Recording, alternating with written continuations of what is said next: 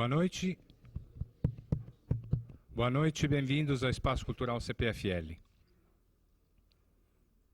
Apresentamos esta noite, no projeto cultural Sociedade Contemporânea, Vida, Perigos e Oportunidades, o módulo Vivendo Além dos Limites, a globalização do cotidiano, com curadoria do psicanalista Jorge Forbes.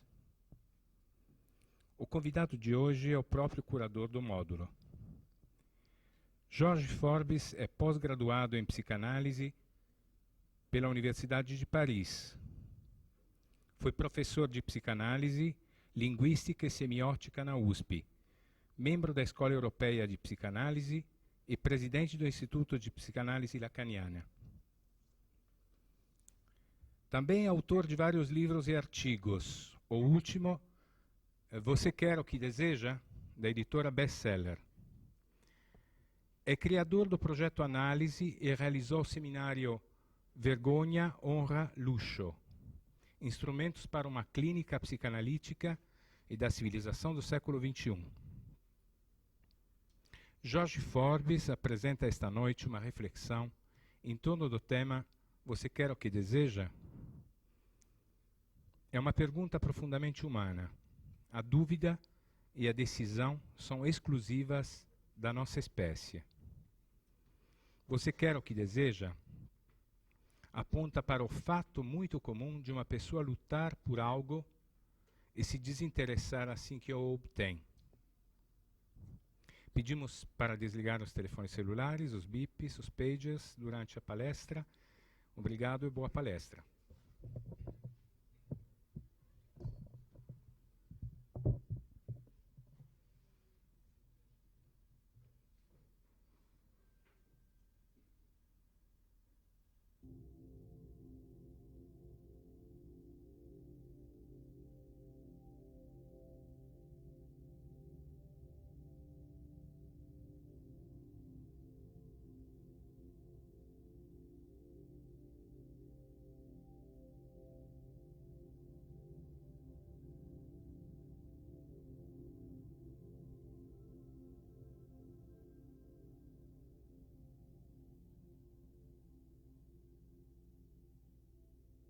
Você quer o que deseja? É uma pergunta profundamente humana.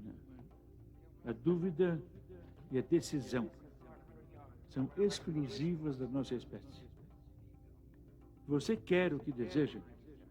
Aponta o fato muito comum de uma pessoa lutar por algo desinteressando-se, assim que o obtém. Você quer o que deseja? Sintetiza muitas histórias. Dos casais que começam a brigar no primeiro dia da lua de mel, do funcionário que, arruinado pelo êxito, como dizia Freud, consegue ser despedido no dia da promoção, do turista que perde o passaporte, enfim, dos eternos descompassos entre o homem e o mundo. Você quer o que deseja? Revela que nada que alguém possa querer é suficiente para satisfazer o desejo. Desejar, lembrava Lacan, é sempre desejar outra coisa, a ponto de podermos agradecer a quem não nos dá o que foi pedido. Você quer o que deseja?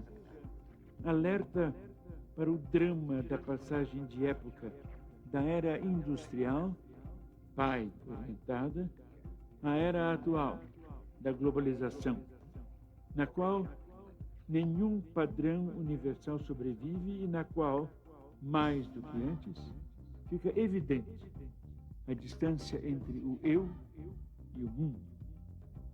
Até mesmo soluções milagrosas, como a proposta pelo poeta Carlos Drummond de Andrade, mudar o nome para Raimundo, obtém no máximo uma rima, não uma solução. Você quer o que deseja? Fala da angústia própria à decisão. Não há decisão que não seja arriscada e que não induza à perda. O mal chamado stress nada mais é do que a consequência do medo de decidir, que provoca o empanturramento das opções. Você quer o que deseja é a questão que perpassa todos os capítulos deste livro, dividido em 3 partes: crônicas, conferências e lacanianas. Crônicas são pequenos textos, às vezes de poucas linhas, como Sonho Americano, que revelam a insistência do real, algo que não tem nome nem nunca terá nos mais diversos momentos do cotidiano pessoal, familiar, político, econômico. Conferências traz 5 textos estabelecidos de meus 2 últimos seminários anuais: Inconsciente e Responsabilidade, Um Novo Amor e Vergonha, Honra, Luxo, Instrumentos para uma Clínica Psicanalítica da Pessoa e da Civilização do século XXI. Lacanianas aborda questões mais especializadas de psicanálise e que podem ser acompanhadas por todo leitor interessado. Você quer o que deseja, título deste livro, inspirado em Jacques Lacan, convida a que cada um faça a si mesmo esta indagação, que, por não ter resposta pronta, obriga à invenção. Você quer?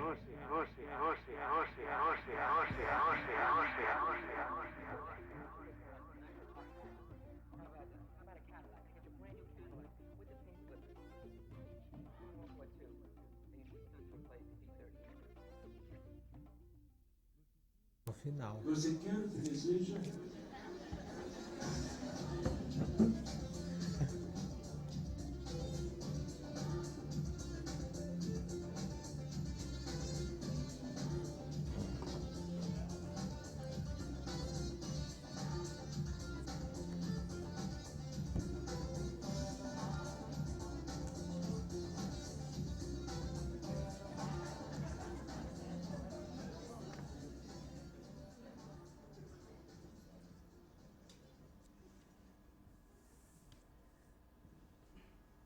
Vocês acabaram de ouvir Sérgio Viotti, o nosso grande ator, numa produção musical de Lipe Forbes, que estará aqui daqui a algumas semanas.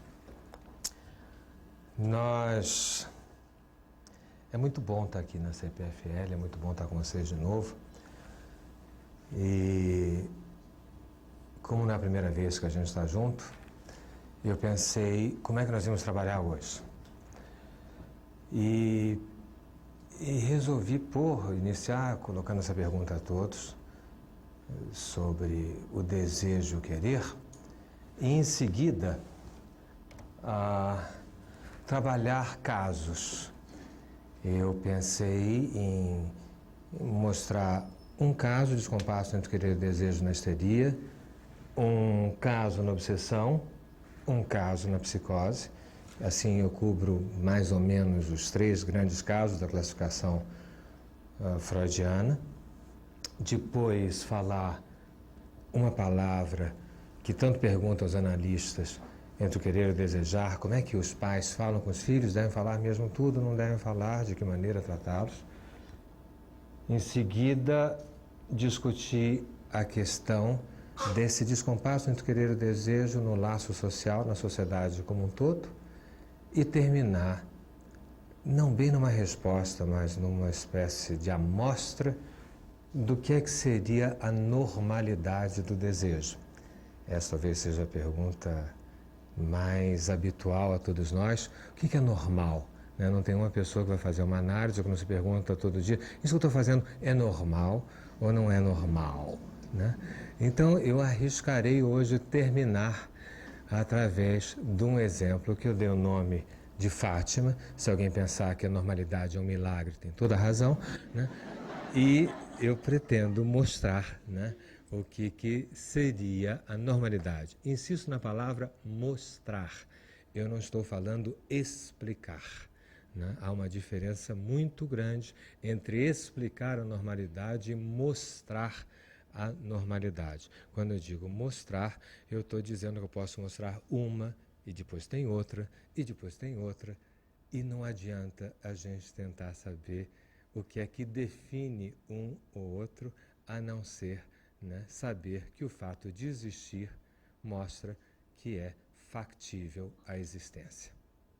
É muito mais no sentido de incomodar do que no sentido de dar um guia de conduta de como ser normal, né?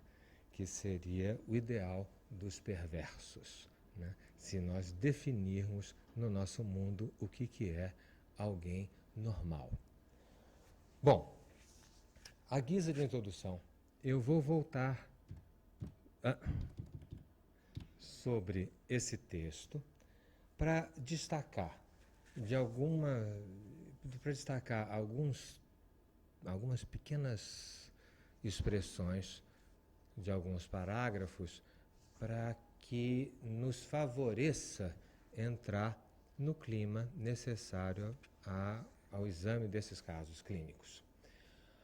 Com isso, a minha opção também hoje de fazer uma conversa com vocês a partir da exemplificação, que é distinto das vezes anteriores, com isso eu estou querendo não cansar os que já estiveram aqui e já viram as bases teóricas desse trabalho e não deixar que ficasse completamente por fora as pessoas que estão pela primeira vez ou as pessoas que estão na televisão, né? Por falar nisso, boa noite ao pessoal que está na outra sala. E assim nós podermos, depois de um tempo de conversa, né, para os que estão aqui na CPFL e na TV Cultura, que a gente possa, depois da exposição, conversar um pouquinho. Muito bem. No primeiro parágrafo, você quer o que deseja? É uma pergunta profunda. Depois o Sérgio Viotti lê, eu fico com vergonha de ler. É uma pergunta, mas fui eu que escrevi. É uma pergunta profunda. Então me autorizo. É uma pergunta profundamente humana. A dúvida e a decisão são exclusivas de nossa espécie.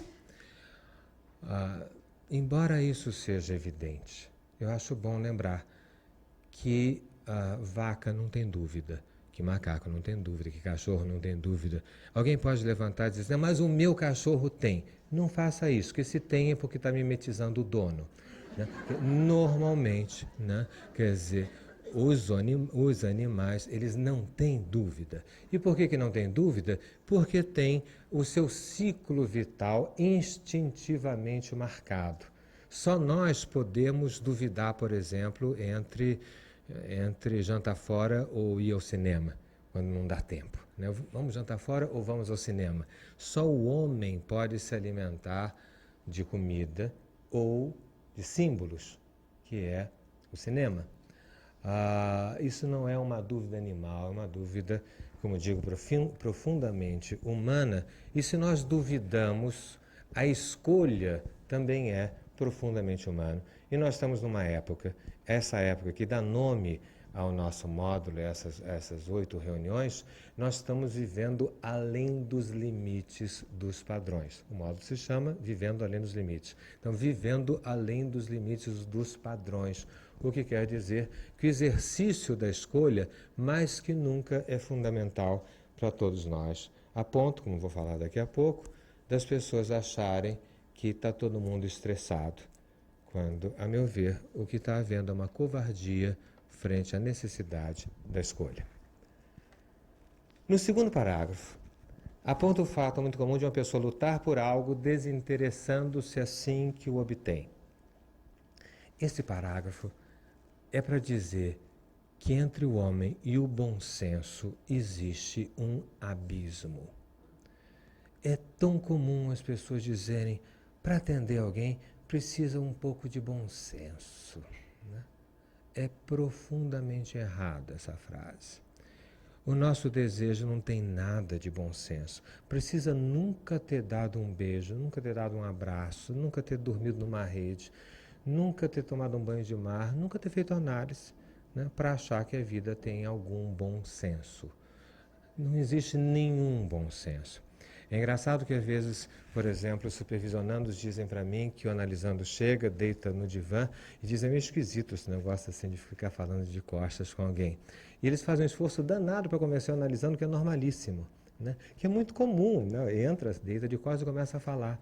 Não tem nada de comum, a análise não tem nada de bom senso. Você deitar de costas, começar a falar tudo que vem à cabeça para uma outra pessoa que pouco fala, vai totalmente contrário ao bom senso. Mas é muito bom que ao menos uma vez na vida alguém não diga, quando você fala alguma coisa, alguém não diga comigo também. O analista, né?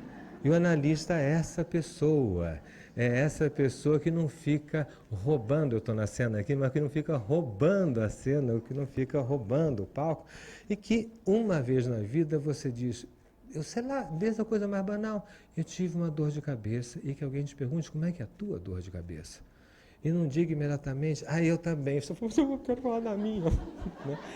Então, em algum momento, alguém possa se expressar na sua singularidade. E ela não tem nada de bom senso. O bom senso é sempre o senso da média, e o senso da média é a mediocridade, né? Então, por favor, defensores do bom senso, né, mudem.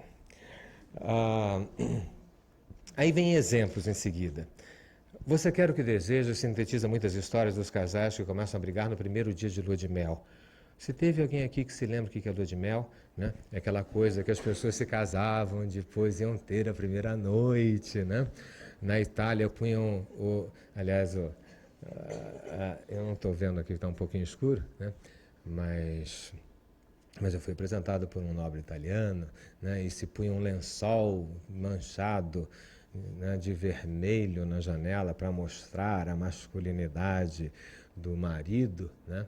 Ele não sabia que a noiva levava um esmalte, né? Enfim, então é muito comum que a viagem da lua de mel seja uma das piores viagens na vida de uma pessoa, né?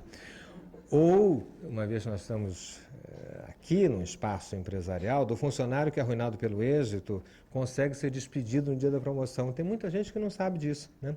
Opa, fui promovido, não sei porque nesse dia eu resolvi, e aí vem uma calamidade qualquer que ele resolveu fazer, que leva-o à demissão, né? É comuníssimo isso, o que mostra a dificuldade nossa de nos responsabilizarmos sobre aquilo que nós dizemos querer. O turista que perde o passaporte. Aposto que teve gente aqui que já perdeu o avião, já perdeu o passaporte, né? Já levou o documento errado, perdeu o visto de entrada e outras coisas mais. Vocês pensavam que Freud não explica, mas explica tudo isso, né? Quer dizer, o problema é convencer o funcionário da alfândega que Freud explica. Enfim, os eternos descompassos entre o homem e o mundo. No outro parágrafo, eu só vou... Aliás, eu tenho um ponteiro aqui, acho que é esse aspecto. Lembrava Lacan sempre desejar outra coisa a ponto de podermos agradecer a quem não nos dá o que foi pedido.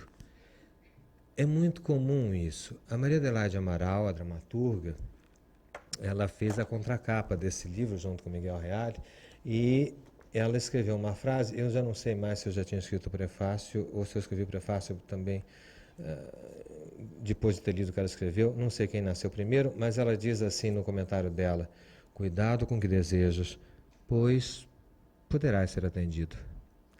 Diz o provérbio judaico, né? E realmente precisa ter muito cuidado, porque se você diz eu quero isso e de repente você tem aquilo que você pediu, você não tem mais nenhuma desculpa, você não pode mais se queixar. É terrível quando as pessoas perdem a possibilidade da queixa, né?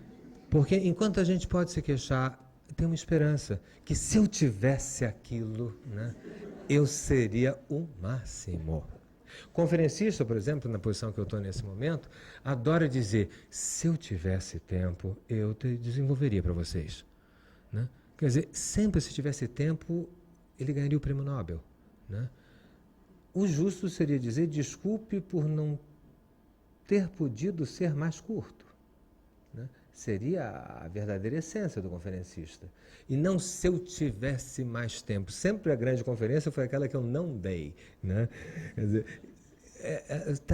tudo isso, eu estou dando exemplos de áreas variadas, evidentemente para interessá-los, esperando que vocês sejam de áreas variadas, né? E que possam começar a se perguntar, né? Hoje, ao menos aqui nesta,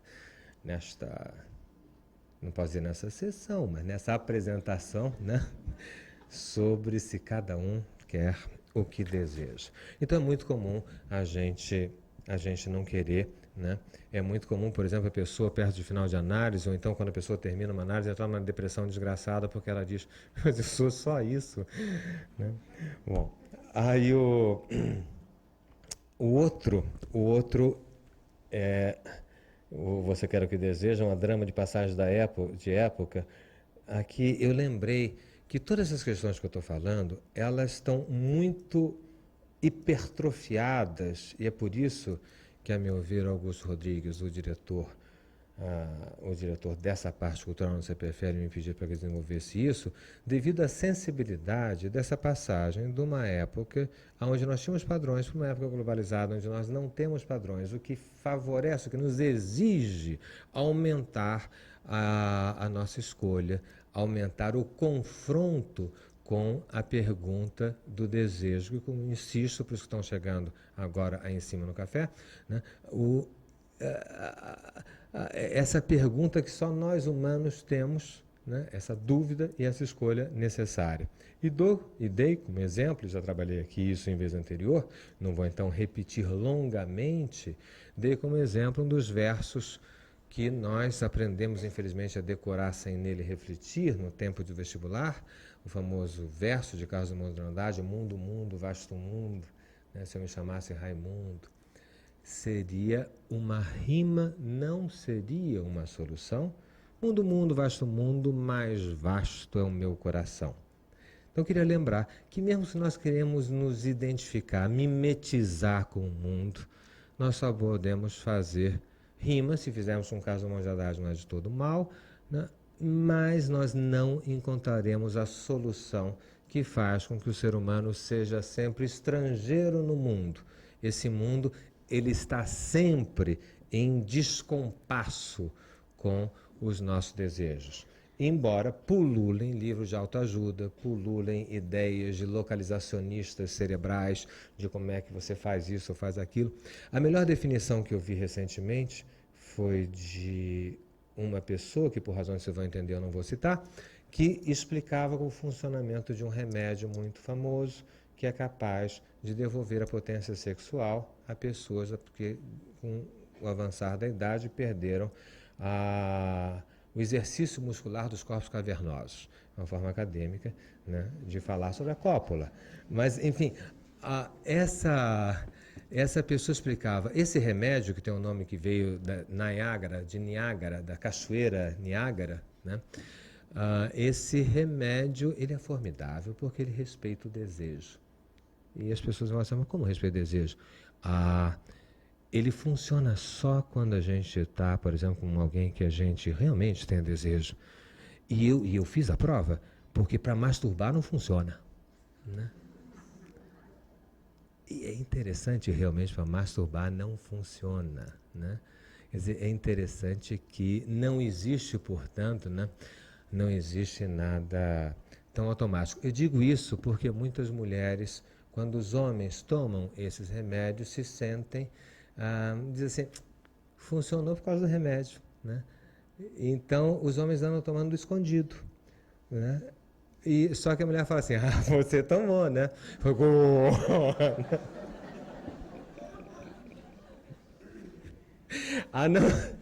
A não ser uma pessoa, um senhor de uma certa idade que tomou um desses remédios recentemente, e escondeu, exatamente para que a moça não se sentisse desprestigiada em sua potência sedutora, e muito mais moça que ele, e ele teve um excelente relacionamento, e findo, né, aí ela disse, meu bem, né, afinal de contas, vamos de novo. Aí ele que tem 70 e poucos anos, diz, pô, você tá louca? Você tem 30 anos de idade, eu tenho 70 e pouco, tá pensando o quê? Falou, não, tem nada não, toma aquele remedinho que funciona.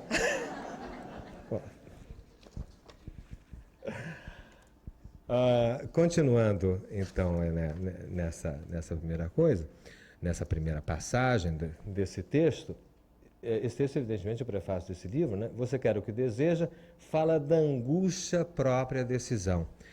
E eu queria marcar esse aspecto, que a gente tem marcado nesse módulo, que nós estamos numa era que, se até agora nós ouvimos falar muito de depressão, nós vamos começar a ouvir falar muito de angústia, de estresse, de calmantes, depois antidepressivos, a nova onda da comercialização dos remédios deve ser uma onda de tranquilizantes, porque estresse vai passar a ser a doença da moda. Por quê? Porque a angústia tem sido vista como um defeito, como um problema, como uma doença, quando a angústia melhor seria sendo vista como a única fonte, para ser bem claro, porque é o único sentimento, do ponto de vista de Jacques Lacan, é o único sentimento, porque ele não engana, é a única fonte da criação.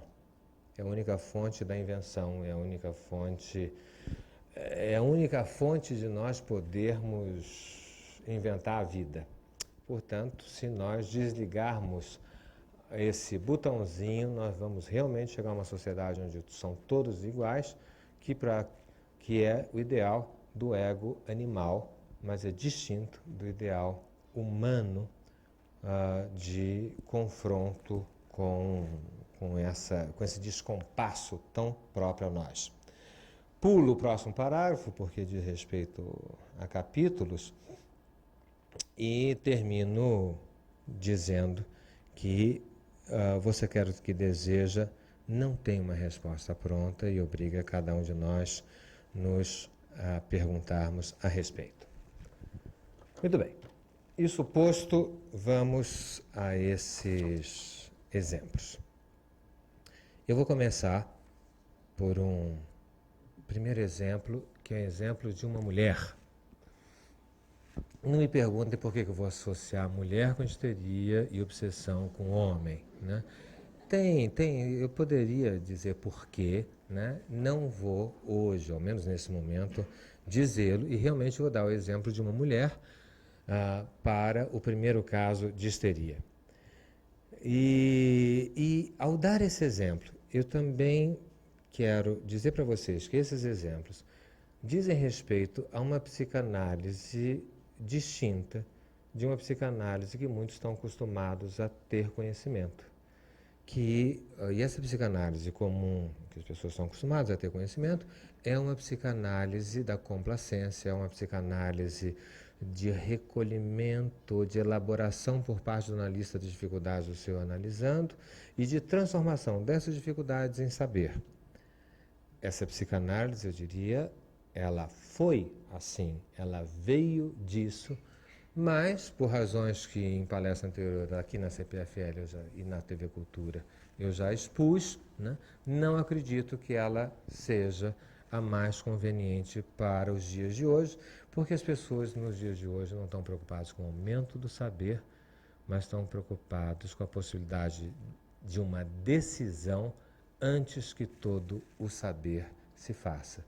Porque no mundo de hoje tem um mundo de saber, e o grande problema é como é que eu vou decidir, né, nesse mar indiferenciado de saber, ou nessa teia, por exemplo, se eu quiser me referir à internet.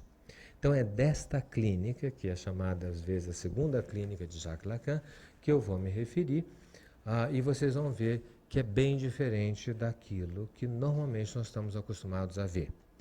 O que marca essencialmente essa clínica é que ela não está buscando um aumento de saber, ela está buscando uma responsabilidade da pessoa pelo seu acaso, pela sua surpresa, pelo que diz. Ela não pode encontrar desculpa no que diz, que era um pouco algo que existia muito na clínica anterior. As pessoas diziam muito só se for inconsciente, como se o fato de ser inconsciente não teria a ver com a pessoa. Essa clínica não tem o só se for inconsciente. Exemplo é a pessoa que eu quero falar com vocês. Esse exemplo não está no meu livro Você Quer o que Deseja, está num livro anterior, chamado Da Palavra ao Gesto do Analista. E eu digo para vocês que, esse livro é de 90... Não, o livro não, mas a conferência é de 96, o livro é mais recente, de uns 2, 3 anos atrás, da editora Josaar. E aqui eu dou um exemplo de uma moça, na página 33, que ela era uma mulher muito bonita, espero que continue sendo, muito simpática, e ela sofria muito. Ela sofria muito por uma falta total de localização. Algo muito comum na histeria. Por quê? Explico. Um dos aspectos que marca o comportamento histérico é a insatisfação. A histérica é uma eterna insatisfeita. Ela sempre está perguntando, e daí? O que mais? Né?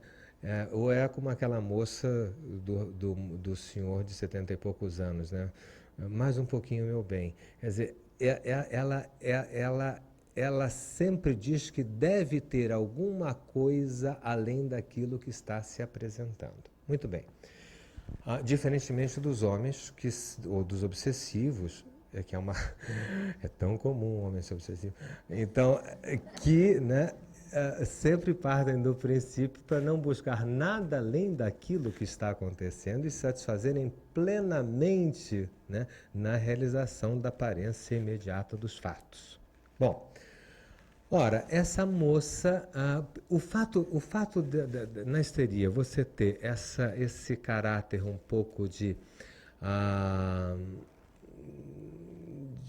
falta de resseguramento de identidade faz com que muitas vezes, né, uma mulher histérica se degrade.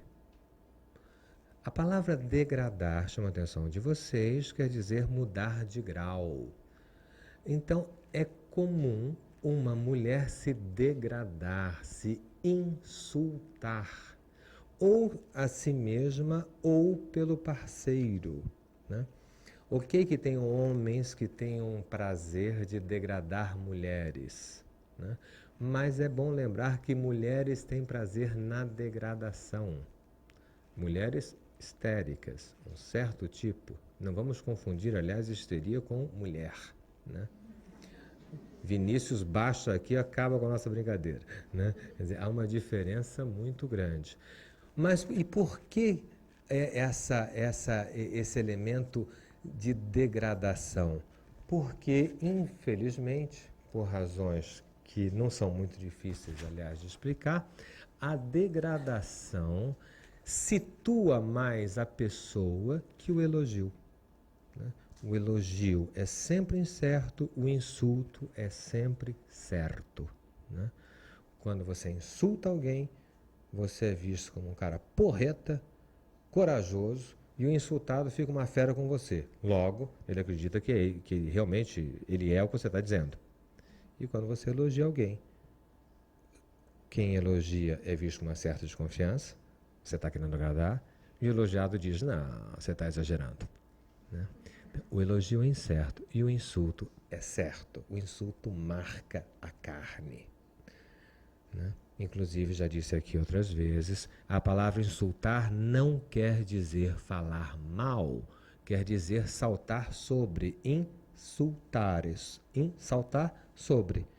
Mas como as palavras que saltam sobre e apreendem um corpo são palavras que falam mal, insulto virou sinônimo de falar mal. é uma vantagem que a pessoa possa desvincular o insultar com falar mal. E uma das funções da análise é fazer com que a pessoa suporte o elogio, saindo do que eu falei antes, de um quadro clássico freudiano de ser arruinado pelo elogio ou arruinado pelo êxito.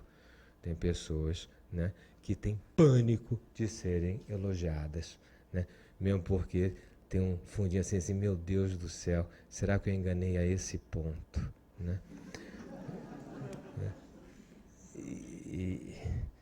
Quer dizer, essas pessoas não sabem que as pessoas gostam da gente sempre por razões que não tem nada a ver com as razões que a gente pensa que as pessoas gostam da gente.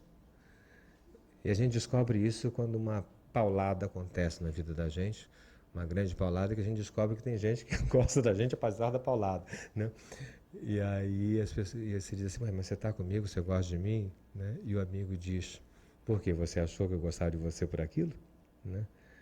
E isso, às vezes, cria uma certa confusão no termômetro da identificação.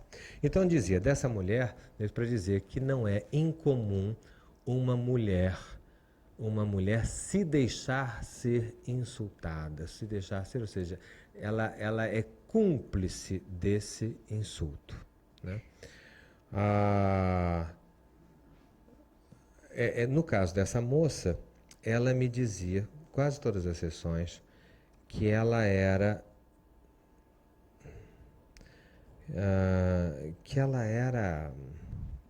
um produto fecal. Eu estou inibido sem dizer a palavra que ela dizia, né? Mas como se dissesse que ela fosse um verdadeiro cocô. Que ela fosse assim, realmente. E ela dizia aquilo era um descompasso. Tá? Eu falei do bom senso agora há pouco, é um total descompasso com o bom senso. E eu falei, meu Deus do céu, como é que eu consigo arrancar essa pessoa do que a gente fala tecnicamente, desse gozo horroroso, né, do insulto, de se fazer o cocô do cavalo do bandido. Né? E ela o tempo inteiro se dizia isso, se dizia, e passava uma sessão, 2 sessões, 3 sessões, nada. Né? É claro que eu não ia pelo bom senso, imagina que... Teria alguém que dissesse, imagina, olha aqui, olha um espelho, veja como você é bonita, veja, o cocô é isso, você é bonita, logo você não é um cocô porque você é bonita. Né? Realmente eu não fiz isso, mas eu posso dizer que não teria efeito, nenhum efeito, né? Ou eu poderia também ter dito assim, não, você pensa assim, por quê? Né? Me diga, desde quando você é um cocô? Né? Interessante, né? Aham. E com qual consistência? Né? Também poderia ter ido por aí, né? Não fiz nenhuma coisa nem outra, mas o que sim fiz, né, que foi, me fica claro quando Lacan diz que o ato analítico, o analista suporta, ele não cria, é muito fácil explicar agora depois de já ter feito, né, e depois de já ter discutido esse caso várias vezes com meus pares, mas foi, um belo momento ela veio se despedir de mim, né, eu estava na porta, eu fui abrir a porta, ela foi me dar a mão e eu recuei com a mão, com a expressão de nojo absoluta, né? A maior expressão de nojo, devia ter sido um horroroso, porque ela deu um berro muito grande. Né? E eu peguei a mão, levantei e transmiti uma repugnância absoluta. Né? Nesse momento, ela deu um berro, né? E foi embora. Né?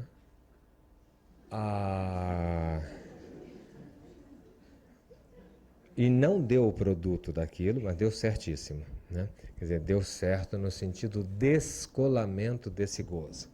Eu posso com isso explicar para vocês que a segunda clínica de Jacques Lacan tem algo a ver com o ator. Ator no sentido de Diderot. Por quê? Eu trabalho isso nesse livrinho ao qual fiz referência, da palavra gesto analista, porque o ator, no sentido de Diderot, ele tem uma bela expressão que eu adoro, ele diz assim, o ator é um macaco sublime. Né? Ele hipertrofia certas características e a hipertrofia dessas características arranca a pessoa da posição da identificação que ela está. É uma longa discussão, por isso que o texto de Derrot chama-se o paradoxo do ator ou do comediante, a tradução em português. Por que o paradoxo? Porque, supostamente, se fosse para representar um bêbado, alguns pensariam que a pessoa que já passou por porres homéricos representaria melhor que aquele que nunca passou. Para Diderot, absolutamente não é necessário que a pessoa tenha tomado porres homéricos ou que beba alguma coisa para representar um bêbado, porque se o fizer, aqueles que veem essa representação vão dizer, olha o bêbado, e apontam lá à distância o bêbado. Enquanto que, diferentemente, se essa pessoa não for o bêbado, mas for capaz de fazer uma macaquice sublime, cito, é uma passagem do paradoxo do comediante, se for capaz de capturar, né, esses traços caricatos quase e elevá-los à monstração, no sentido de mostrar monstruosamente, é um jogo de palavras que Lacan fazia, ela é capaz de fazer com que as pessoas, frente a esse fato, se vejam elas implicadas e não consigam apontar olha lá, e sim elas veem um olha aqui, né, que era o que Diderot queria. Na medida em que você quer, no momento de hoje, na globalização, onde você tem um excesso de corpo além dos limites da palavra, dito de outras maneiras, há um gozo desbussolado, um gozo em desvario no mundo de hoje, para você capturar o gozo desse corpo, é necessário transformar essa palavra em sequência em palavra criativa, que toque o corpo, e essa palavra criativa, o nome dela é a palavra poética, e a palavra poética é vinculada à expressão gestual do ator segundo Diderot. Bom, fiz um pequeno aposto, né, mas para dar as bases e para dizer, né, do funcionamento de porquê, né, de que maneira isso pode funcionar numa pessoa que não conseguia falar dessa dificuldade entre o querer e o desejar, porque estava obliterada nessa posição identificatória. Desse caso, eu só extraio essa frase. Ao despedir-me dela ao final de uma determinada sessão, dei-lhe a mão e a retirei com uma expressão, um gesto de repugnância, nojo, sei lá. Ela deu um berro assustador, imenso. Abri a porta e ela se foi. Segundo caso. O segundo caso é um caso de obsessão.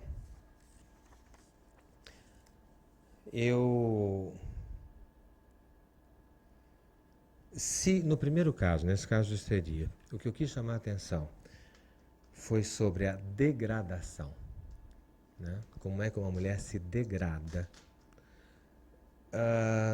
No caso da obsessão, eu quero mostrar como é que o obsessivo se aliena. Os dois deixam de ser o que são, né? A mulher deixa de ser uma mulher e passa a ser uma histérica. Eu digo isso porque, faço um pequeno parênteses, muitas pessoas de corpo feminino, né, dizem que os homens têm dificuldade com mulher. É fato. Mas quero lembrar que pessoas de corpo feminino também têm dificuldade com a mulher. A mulher é uma dificuldade democrática, né? Não basta ter corpo de fêmea para ser mulher. Nem um pouco. A anatomia não resolve, né? Nem para um, nem para outro. Portanto, essa questão é para todos. Então, se para um, na histeria, existe uma degradação, na obsessão, as pessoas fogem da pergunta do querer e do desejar, fogem da responsabilidade necessária a inventar uma resposta, você quer o que deseja, e busca razões universais. O obsessivo sempre explica o que ele faz. E quando ele não faz, ele pede desculpa, né? Portanto, ele é chato nos dois momentos. Quando explica, porque você já sabe que ele está explicando com uma segunda intenção, né? E quando ele pede desculpas, porque você já sabe que ele desculpa, para que você o desculpe, ele continuar igualzinho, porque ele vai fazer a mesma coisa amanhã, né? Então, são os dois movimentos de uma inutilidade radical. Portanto, nunca ouça de um obsessivo nem a explicação, nem a desculpa. Já é uma ajuda imensa que a gente faz a ele, porque tira os dois instrumentos maiores da reiteração do seu sintoma. Tá? Pequena dica que funciona. Às vezes dá briga. Então, eu queria dizer de um caso que eu dei o nome de José. Qualquer elogio a Carlos Drummond é absolutamente pensado, né? E esse caso, José, eu acho que ele explica bem o que acontece com as pessoas quando acham que a vida delas está resolvida porque elas têm uma boa explicação. Ouçam, por favor, esse caso pensando nas revistas semanais brasileiras que hoje em dia se dedicam a fazer capas para explicarem todo o mal-estar da nossa vida atual. E deixa eu ver se dá para ler um pouquinho. Não, eu não vou ler, não. Eu tenho até um banquinho ali que eu pedi para colocar um banquinho para fazer uma leitura, mas daqui a pouco eu faço. Esse caso eu vou relatar daqui mesmo. Era uma pessoa que um dia ele vai ver um filme. Esse José ele vai ver um filme e ele se identifica. O filme era Forrest Gump. E ele começa a ver aquele filme e eu escrevi da seguinte maneira: aquela era a sua história. Que imenso esforço, pensou ele, lhe tinha sido até então imposto para ultrapassar suas deficiências, anunciá-la como tais pelos outros. Né? Você se lembra de Forrest Gump? Quer dizer, o torto que deu certo, né? Quer dizer, quem não se sentiu um pouco torto vendo aquilo, assim, porra, por que não perceberam que aquela minha perna torta era Elvis Presley, né? Então, na casa de família, em seu pequeno país natal, na América do Sul, o bom sempre estava em outro lugar. No Brasil, em São Paulo, mais precisamente na Universidade de São Paulo. Ele era, claro que não era, né? Que está tudo errado aqui, eu estou mudando, senão eu identificaria a pessoa, né? Mas finge que ele veio do Paraguai e veio estudar na Universidade de São Paulo. E ele relata que a vida dele, na família dele, era um inferno, porque tudo que era falado dizia assim, você tem que fazer um curso na USP para saber isso, você tem que fazer um curso na USP para fazer isso, você tem que fazer um curso na USP. Ele veio fazer o curso na USP, né? E aí, quando ele vê aquele filme, ele diz assim, meu Deus do céu, minha vida inteira foi para responder esse desígnio familiar de fazer o maldito curso na USP. E ele saiu do cinema aos prantos e foi para a USP. E foi refazer o caminho de toda a sua formação. Ele foi nos departamentos pelos quais ele tinha passado. E aí chorou muito, ficou muito emocionado e entendendo que finalmente a análise dele tinha levado à verdade da sua história, que tinha visto o massacre dos irmãos em relação a ele, que tinha visto como é que ele estava enganado de ter feito essa vinda do Paraguai para cá e queria contar tudo isso para o analista no dia seguinte. Ele anotou tudo e chegou feliz da vida para contar o que tinha ocorrido. E aí eu estou na página 201, ele diz assim, ele não, que sou eu. Enfim, fatigado, extenuado, né, sei o que digo aqui. Enfim, fatigado, extenuado, mas feliz pela boa descoberta, ele foi dormir. Na manhã seguinte, cedo, verificou se não havia esquecido de nada para relatar ao analista. Tem muita gente, né, que precisa falar isso. Então, quanta expectativa. Chegada a hora, entrou e imediatamente contou sua noite, em todos os detalhes. Ao fazê-lo, começou a notar que não era escutado com o interesse que ele aguardava. Será que eu estou sendo bem claro? Perguntou.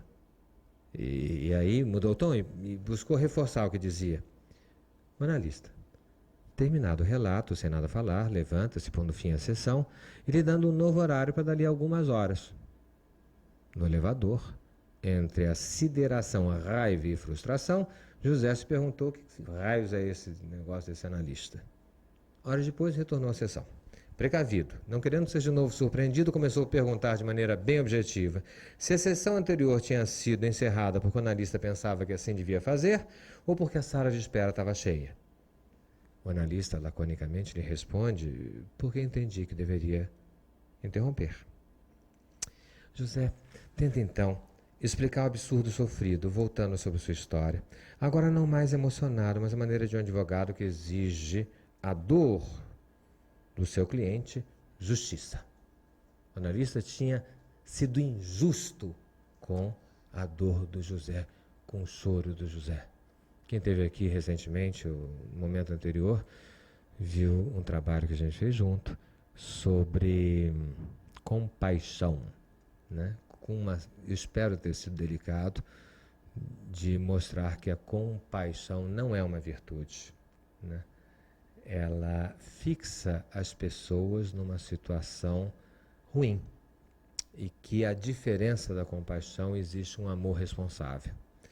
E é isso que eu estou fazendo alusão aqui, né? Não é fácil quando uma pessoa fala sobre de toda essa emoção, de toda essa carga, que você não entra na compaixão.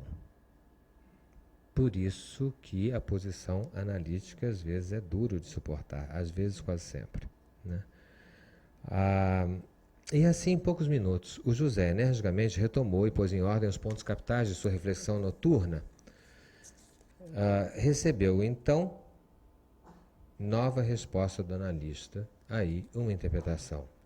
Pois é, você arriscava acreditar excessivamente nisso tudo. Eu dizia agora há pouco que o obsessivo ele se aliena na razão, né? Ele só existe numa razão. É muito arriscado a uma pessoa que se fixa em uma determinada história. Por quê? Entre outras razões, porque perde a possibilidade de contar novas histórias. E num mundo globalizado, de uma variação a cada segundo, essa pessoa está literalmente fora do mundo, né? Ela não tem a menor sustentação, porque mais que antes, né, esse mundo de hoje exige um novo tipo de homem. Agora estou falando homem no sentido da espécie, embora os feministas não gostem disso, né?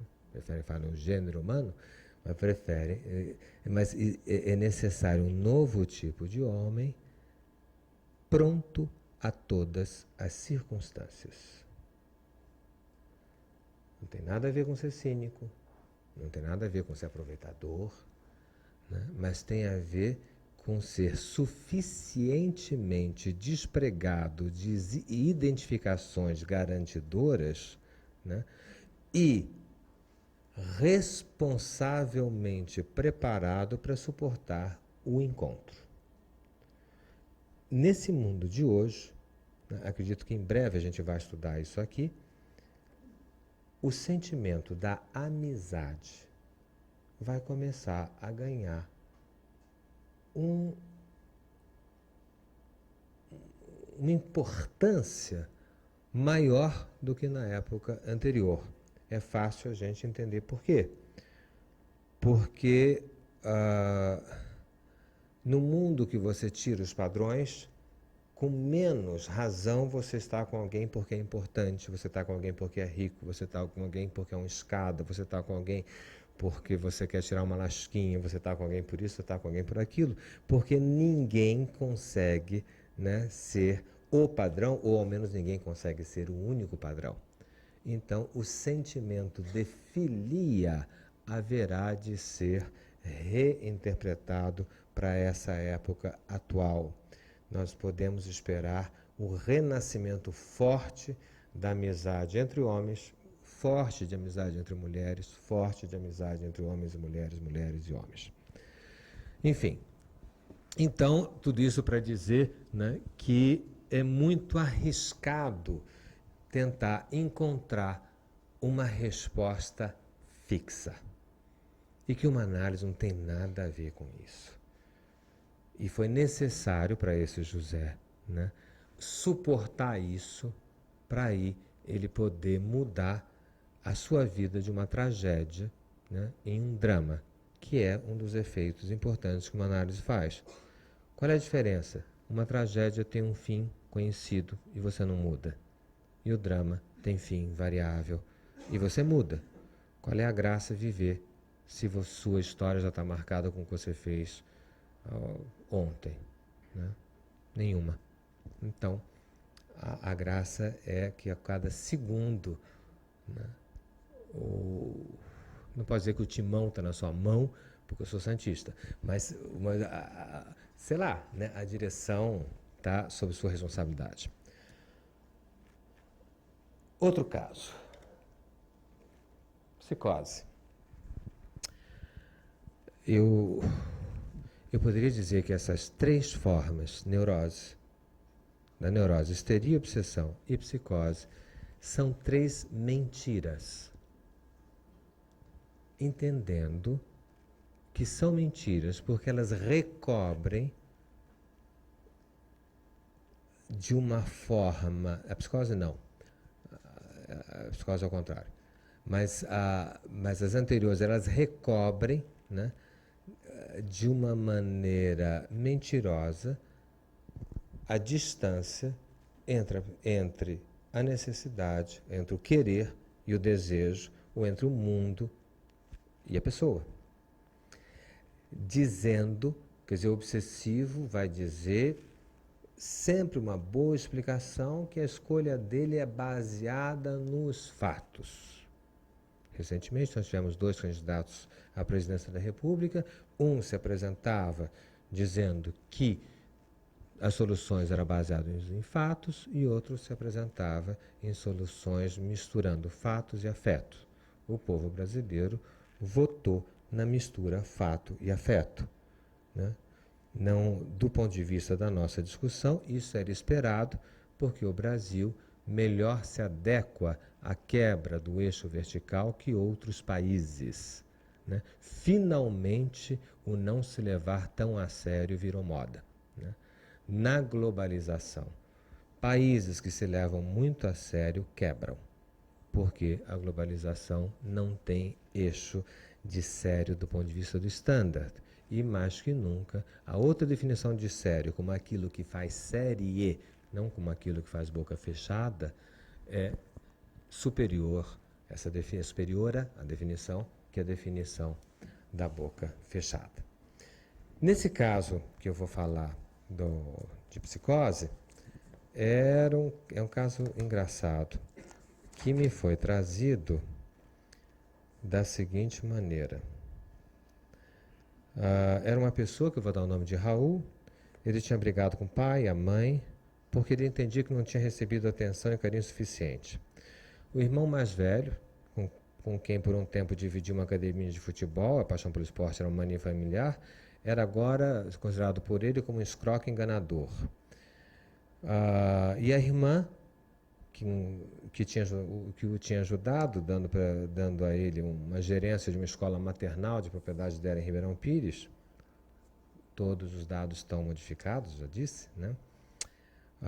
Ele estava processando na justiça, requerendo direitos trabalhistas. Portanto, ele tinha conseguido brigar com o pai, com a mãe, com o irmão e com a irmã, né? E aí foi um amigo que me trouxe.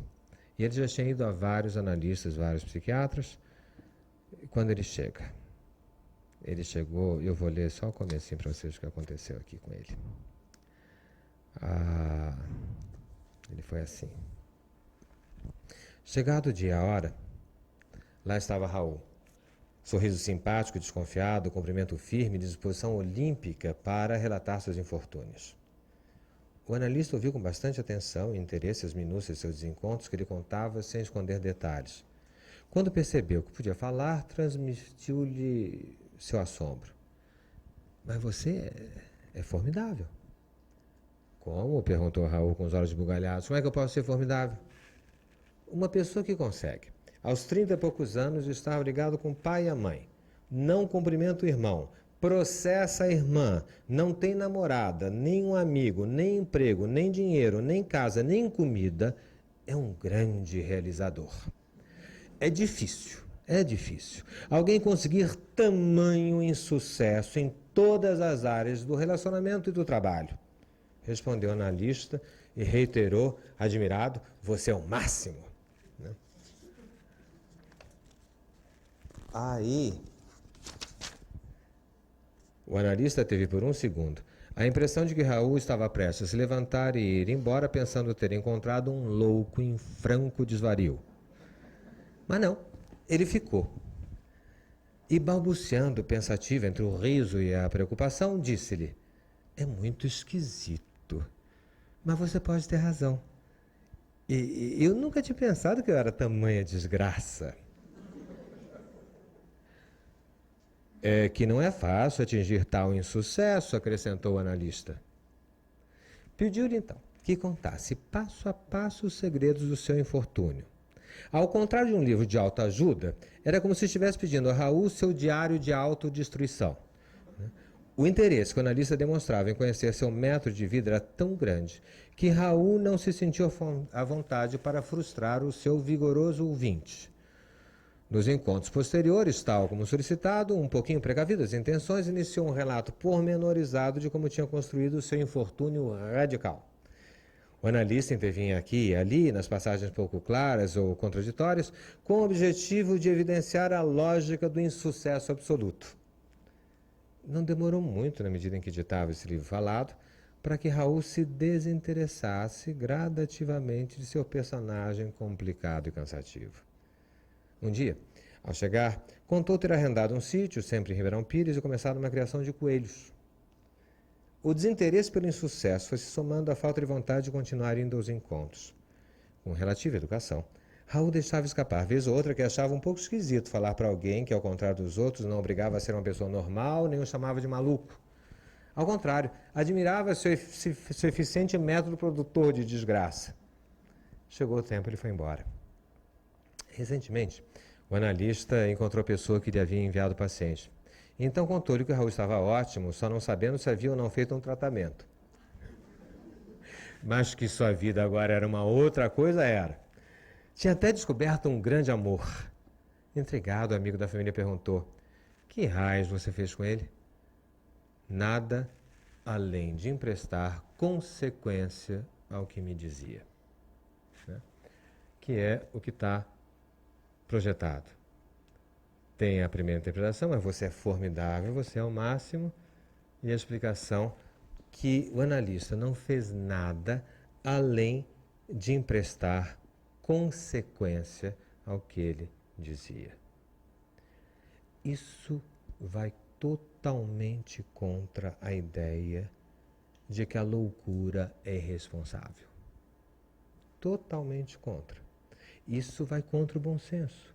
As pessoas estão deixando de ter a ideia, né, de que se a pessoa está louca, ela não tem nenhum tipo de responsabilidade sobre as suas escolhas e sobre os seus afazeres, a tal ponto de, por exemplo, nos códigos penais, existiu o quadro de tomado, né, por uma grande emoção, ou tomada por uma loucura, a pessoa fora de si mesma, né, os advogados de defesa tentam provar que não houve premeditação, portanto foi um ato fora de si, né, fora de si, ou seja, você era um outro que não você. Bom, é uma longa discussão que eu não vou entrar nisso, mas eu só vou chamar a atenção que há uma tendência atual a irresponsabilizar as pessoas por aquilo que ela sente, por aquilo que ela faz, pelas suas sensações, e transformar qualquer tipo de sensação singular, num defeito, num sintoma, e medicalizar. Nós estamos medicalizando o desejo. É bom a gente se dar conta disso, a meu ver, rapidamente, porque senão, o retorno do Jedi, quer dizer, o retorno do desejo vai ser duro de suportar. Não se cala um desejo com ortopedias de respostas prontas. Né? A única resposta ao desejo é a responsabilidade por ele. A única. Qualquer outra, né? Qualquer outra nós podemos esperar uma doença numa pessoa, um esquecimento, um tropeço, um descompasso, né? E quando num país, uma guerra, uma epidemia, alguma coisa, né? Alguma coisa vai mal. Bom, passo para o exemplo do silêncio das gerações. Eu estou saindo agora da clínica, vamos dizer, da clínica analítica propriamente dita, né? E vou fazer um comentário sobre algo muito comum e muito mais comum hoje em dia, quando os pais estão tão desesperados com filhos que eles não entendem nada. Né? Tipo assim, como é que vai dar certo esse fulano tão diferente de mim? Né? Que é a pergunta que todo pai e toda mãe, ou muitos pais ou muitas mães fazem hoje frente aos moços. Então, devido à insistência dessa questão, é claro que essa questão ficou muito mais forte com a questão, por exemplo, da Suzane matando o pai e a mãe, e as pessoas dizendo que era necessário uma nova moral, que era necessário, que é isso mesmo, ficou se explicando muito, e agora precisa bater nos filhos, ou precisa pôr uma disciplina. Eu escrevi um textinho que eu vou ler agora dali, porque eu quero, é um texto dirigido aos pais, é pequenininho, e eu quero que vocês, nele, nesse texto, eu quero evidenciar que não existe, e a psicanálise não dá, e ao meu ver ninguém poderá dar, a justa educação que trará uma paz, uma harmonia entre as gerações. Esse texto chama-se O Silêncio das Gerações, e o que eu quero chamar a atenção é exatamente sobre esse ponto desse silêncio, o que a gente faz com ele. Né? Eu vou me permitir, então, ler aqui, porque prepararam tudo direitinho aqui. Vamos lá.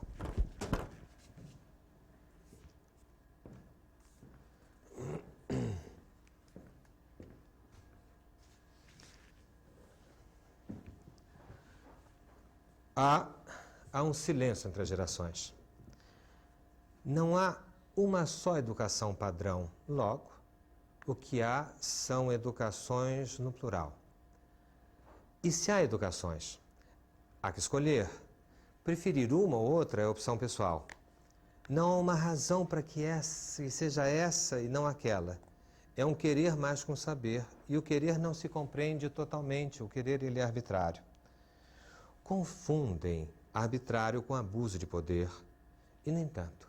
Arbitrário só diz daquilo que não se demonstra pela dedução. Sim, meu filho, essa é a minha opção. É claro que existem outras formas, melhores, não sei. Pode ser, mas essa é a minha. E eu sou seu pai, eu sou a sua mãe. Você vai mudar de casa? Não adiantará. As opções mudam, mas não o arbitrário, o silêncio da razão. Pais detestam falar assim, pois invariavelmente o filho vai dizer: eu não gosto de você. Ai, nem pai nem professor suportam esse eu não gosto de você. Tratam de falar manso, buscar explicações, convencimentos, concordâncias, e o que melhor conseguem é transmitir que tudo pode ser explicado, que não há limite à razão. E o filho, proibido de dizer eu não gosto de você, vai se encharcando na angústia do ilimitado. Bateu um carro? Ganha outro. Perdeu um ano na escola? Ganhou em maturidade. Matou um índio? É absolvido. Eu te compreendo em qualquer coisa, meu filho. E o filho da compreensão ilimitada se tatua uma fronteira no corpo. Se bate. O limite é a expansão. Mata, se droga, se mata. Não, mamãe e papai. Nem compreensão geral, nem palmatória. Se há uma esperança digna da paternidade, é de que nem tudo se explica. Não porque não se queira, mas simplesmente por ser impossível. Meu filho, tem um silêncio entre nós dois. A ponte da palavra não nos contém. Nós vamos nos perder? Pode ser que não. Sobre esse silêncio podemos inventar. Teve um Drummond que, de uma pedra no meio do caminho, em vez de jogá-la no outro, poetou. Teve um Chico e um Milton que cantaram uma coisa que não tem nome nem nunca terá. O limite da palavra é a invenção. É só poder suportar melhor o risco que a desgraça razoável. Meu filho, senta aqui. Não nos compreendemos, e daí? Pôr do sol, mergulho em Fernando de Noronha, brigadeiro, beijo, avião decolando, chuva na mata, precisa de explicação? Tem tanta boa coisa no silêncio. Psiu.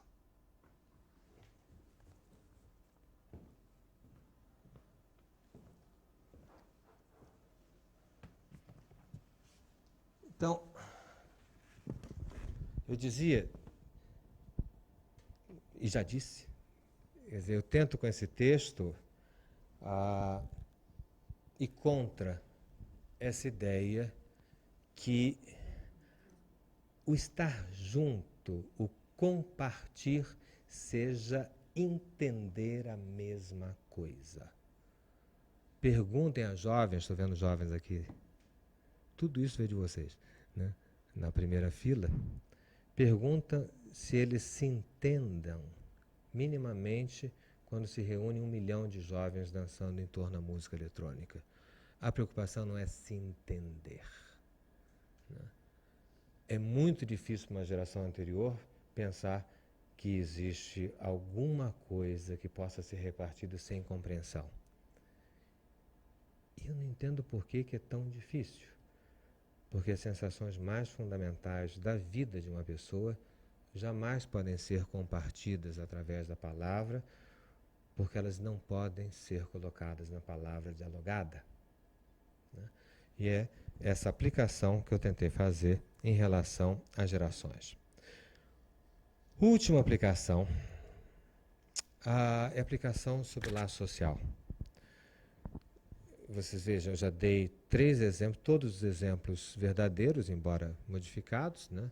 3 exemplos de casos clínicos, um exemplo sobre educação, e eu queria dizer que o que nós estamos trabalhando, essa vida além dos limites, também implica numa nova forma, do meu ponto de vista, de pensar o que é um líder na globalização e uma organização social na globalização.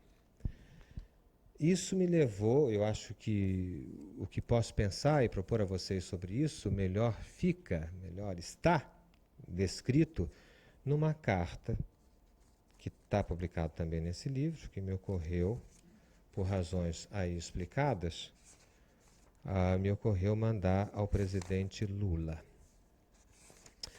Eu não vou ler essa carta toda, ela é longa, mas eu vou ler, eu quero ler o suficiente para que a gente possa entender a que veio, tá? Então, eu vou imediatamente passar. Essa carta foi mandada, e foi respondida de viva voz pelo presidente e pela Dona Marisa Letícia, dias depois, antes de terminado uma semana, e eu não os conhecia, né? E não tem nada de partidária, né? É uma leitura de uma situação de uma mudança no Brasil, de uma política baseada na razão, que eu falei agora há pouco, uma política fortemente iluminista, entre aspas, porque seria demais implicar, né, toda uma forma de pensar nisso, mas uma política onde dividia em 2 campos. O afeto era enganador, né, e a razão era correta. Então, normalmente, né, os políticos afetivos eram grandes enganadores. E toda a comunicação do laço social, da polis, né, era visto a partir de dados, a partir de estatísticas, a partir de uma compreensão racional em primeira instância.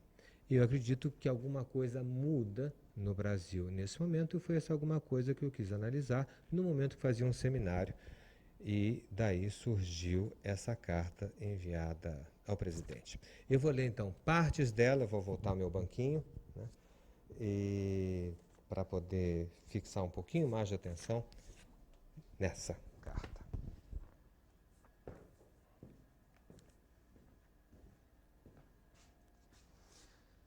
São Paulo, 11 de agosto de 2003.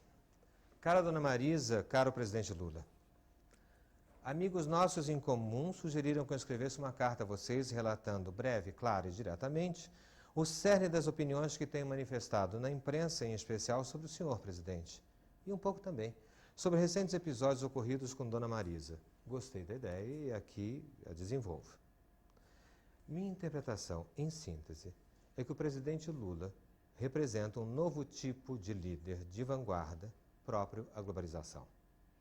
E de tão novo, tão inusitado e surpreendente, que é, a maior parte das pessoas, mesmo as mais próximas e mais queridas, acabam tentando encaixá-lo em velhos modelos. Umas por medo de se perder, outras por não suportar a surpresa. Façamos uma análise do momento da posse e de alguns episódios logo em seguida. Posse. O Rolls Royce abria passagem com dificuldade em meio à multidão comprimida no eixo monumental. O presidente estava literalmente nos braços do povo.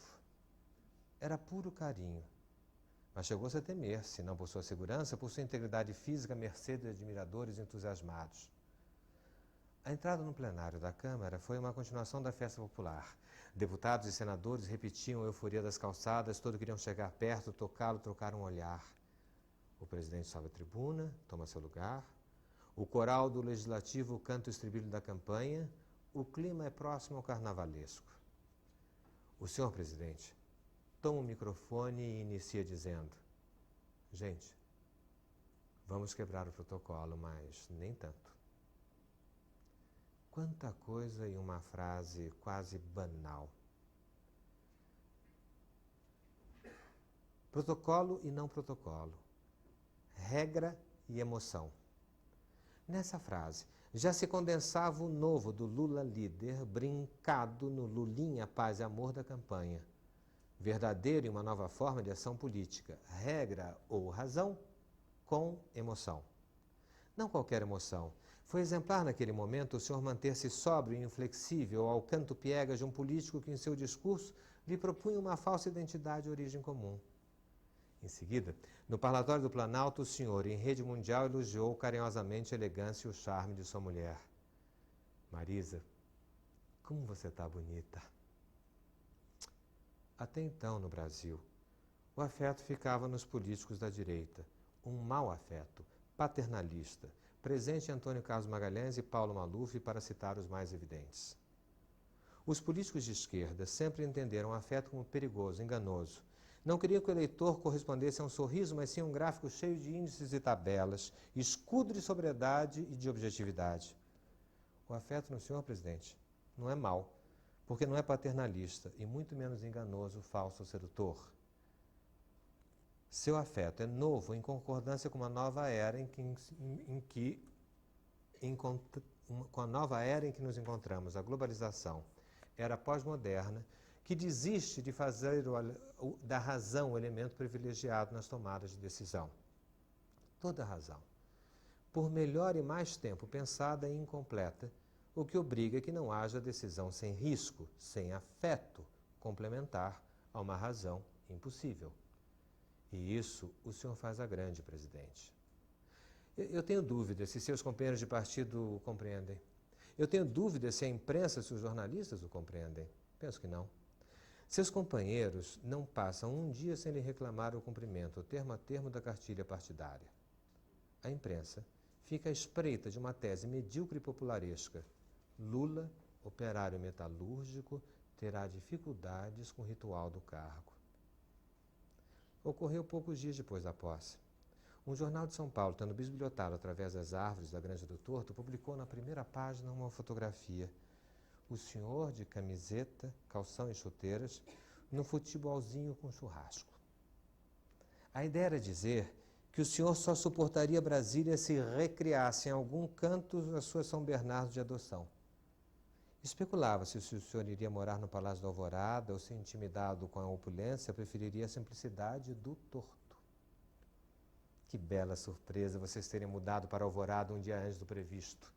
Calou os oráculos catingueiros e embaralhou as expectativas reacionárias. O último exemplo que extraio das primeiras semanas de governo é a ida em sequência a Porto Alegre e a Davos. Aí fixou-se o que eu chamaria política do impossível, para diferenciar da política da potência. Impossível porque não havia nenhum elemento que justificasse essa peculiar união, a não ser a vontade e a ousadia, presidente. O elo era e foi o seu corpo, a sua presença que arriscou desagradar a gregos e troianos. É com essa política que penso que o senhor está inaugurando uma nova forma de liderança. É uma lição, como disse à época o editorial do jornal Le Monde, chamando-o de professor Lula e dando ao editorial o título La Leçon de Lula, a lição de Lula. Ao contrário do impossível, persistem líderes no velho modelo da potência. A minha potência hoje é a minha impotência hoje é a minha potência de amanhã. Destrói-me 2 prédios, arraso um país. Senhor presidente, sua atitude de vanguarda, como dizia, pode não ser compreendido por seus correligionários e, parodiando Rui, o retorno de suas dúvidas sobre o senhor pode fazê-lo duvidar de si próprio. Talvez até já tenha ocorrido. Eu vou saltar e vou para o final. Tá. Lula... Eu vou dizer... Não, deixa eu ver onde é que eu retomo aqui. O Brasil é um país do terceiro mundo apenas quando a norma for o desempenho econômico expresso em índices e tabelas. Mas se o paradigma econômico ceder lugar ao paradigma do desejo, da invenção, da ousadia, aí sim estará bem melhor na fotografia. Lula não é uma novidade por ser um operário que chegou à presidência, houve tantos. Houve outros, não houve tantos, houve outros. Nem por não ter estudos universitários, houve outros. A novidade Lula é a junção singular da razão e do afeto, somada a uma ousadia entusiasmada e criativa. Será esse o modelo do líder próprio à terceira era? A era da globalização? Pode ser que sim. Cabe-nos a feliz chance de prová-lo. Não se explique, não se justifique. O que vale é vocês manterem viva uma cota de certeza inexplicável nas suas ações. Lula não se explica, se mostra. É singular o presidente do Brasil.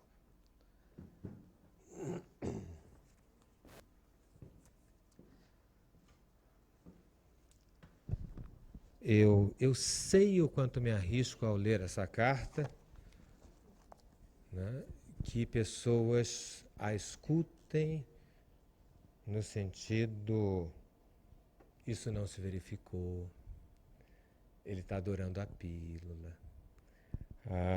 ou ele está agradando. Eu não falei agora há pouco que todo elogio era visto com desconfiança? Né? Então eu sei disso. Né? Essa carta não é um elogio, essa carta não é um insulto. É claro que ela é uma carta, vamos dizer, positiva. Eu também não tenho... Estou longe de querer, como um dia alguém quis, um presidente anterior, alguém disse, olha, eu acho que esse nosso presidente é um cocainômano. E eu liguei para uma amiga minha, que é a primeira assistente dele, e disse para que contasse isso para ele, que você poderia tratá-lo. Eu falei, não, suspeite. Você mandou dizer que eu acho o cocainômano? Não acho. Ao menos não era para transmitir. Então, o que eu tento realçar aqui são vários elementos, são os mesmos elementos que eu apliquei sobre cada um dos casos clínicos anteriores. São os mesmos elementos, todos eles condensados, né, em 2 aspectos que Eu não sei se o presidente atual do Brasil é ou não um líder da globalização. Eu sei que nos cabe prová-lo. E também insisto que não haverá o líder, mas haverão líderes, né? Haverão formas de sê-lo.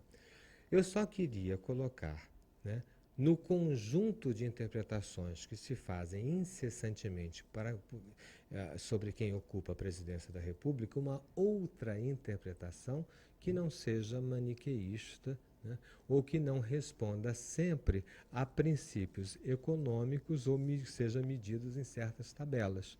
Quis mostrar isso sob uma outra forma ou colocar mais uma maneira de enxergar.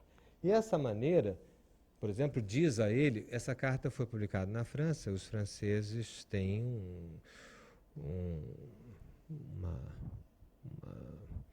uma forma distinta, né, no trato do laço social. Me perguntaram, mas seria o presidente da República que ele podia desconfiar dele mesmo? Né? Eu disse, ancorado em Rui Barbosa, evidentemente, né? Onde está o retorno de suas dúvidas sobre o senhor pode fazê-lo duvidar de si próprio. Por quê? Porque quando uma pessoa hoje, não precisa ser presidente da República, uma pessoa hoje está numa posição de liderança, pode ser um chefe de seção, pode ser um presidente de uma empresa, pode ser um chefe de escritório, pode ser um contador, pode ser um professor, qualquer lugar, e muitos estão implicados, né, que tenha que tomar uma decisão. A decisão na globalização passará necessariamente pela incompreensão. Né? Repito, passará necessariamente pela incompreensão. Né? Então, se ele quiser explicar tudo e justificar tudo, ele não vai poder liderar nada. Ele terá que se arriscar. E esse risco é colocar o corpo. Por isso que eu digo ao presidente Luiz Inácio, né, que ele pôs o corpo dele, até concretamente, estando um dia em Porto Alegre, outro dia em Davos. Não estou perguntando se está certo, se está errado, nada disso. Só estou pondo em evidência certos aspectos, como o aspecto, por exemplo, que eu podia estar com certo medo, como um cidadão fala agora, né? De repente, houve aquela sereia daquela pessoa que tinha que ler algo burocrático. Não sei se todos perceberam, na carta eu faço uma alusão rápida, de uma pessoa que diz, eu também vim no pau de arara. Bom, o presidente não olhou para essa pessoa, não aceitou a cumplicidade, né? Marcou um ponto de divisão, né? Portanto, sabia que havia um outro lugar, que existia um novo lugar. É a mesma coisa que eu exploro no exemplo da Granja do Torto, e claro, fazendo jogo com a palavra torto. O retorno suas dúvidas sobre o senhor fazer duvidar de si próprio, não se explique, não se justifique, que é uma apropriação, né, débita do primeiro-ministro da Rainha Vitória, de Israel. E eu tive o prazer de uma pessoa, veja isso, eu acho que serve para o presidente da República, mas também serve uma pessoa uma senhora, quando viu falar isso em algum lugar, ela é judia e ela estava tendo que fazer uma festa judaica, a Páscoa judaica, e ela ouviu, em algum momento, eu discorrer sobre esse aspecto, e ela me mandou um recado dizendo assim, que eu tinha ajudado muito, porque ao ouvir aquilo, ela ligou para a família inteira e diz, não tem Páscoa esse ano na minha casa. Puf, né? E por quê? Não tem explicação. Né? Não me explico, não me justifico. Então, muito bem.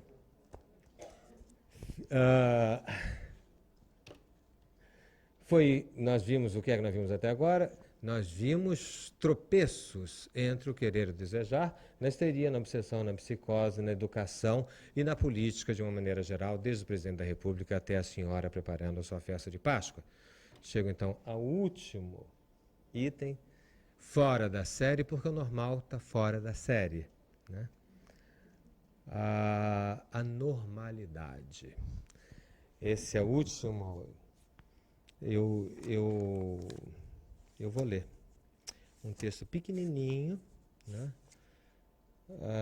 E dele, agora a explicação vem antes, eu não vou explicar nada depois, com isso eu vou eu termino essa exposição e abrimos para uma conversa, é pequenininho mesmo, mas de respeito foi um texto construído a partir de algo que eu vi, de certa forma, evidentemente mudado em uma literatura, muito, mas diz respeito ao que é normal, diz respeito ao se juntar, querer e desejar. Eu acho que eu quero mostrar para vocês uma forma de responder se você quer o que deseja e como uma certa pessoa consegue fazer essa modificação e ter um momento de normalidade, que é a Fátima.